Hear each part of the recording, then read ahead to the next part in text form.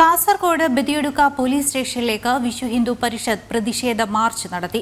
Love ജിഹാദിനെ പ്രോത്സാഹിപ്പിക്കുന്ന നിലപാട് police അവസാനിപ്പിക്കണമെന്നാവശ്യപ്പെട്ടാണ് March.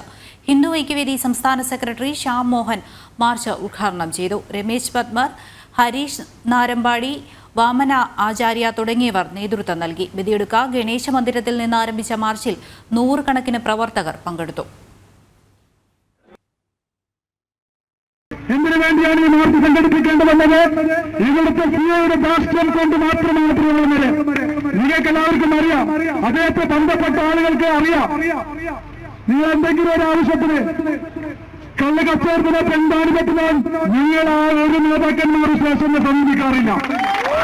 സത്യസന്ധമായ ആവശ്യത്തിന് മാത്രമേ ഈ സ്റ്റേഷനിൽ നിങ്ങൾ സംഘപരിവാറിന്റെ പാർട്ടിയുടെ ആളുകളെ SIO അല്ലെങ്കിൽ സിഐ ബന്ധപ്പെടാറുള്ളൂ.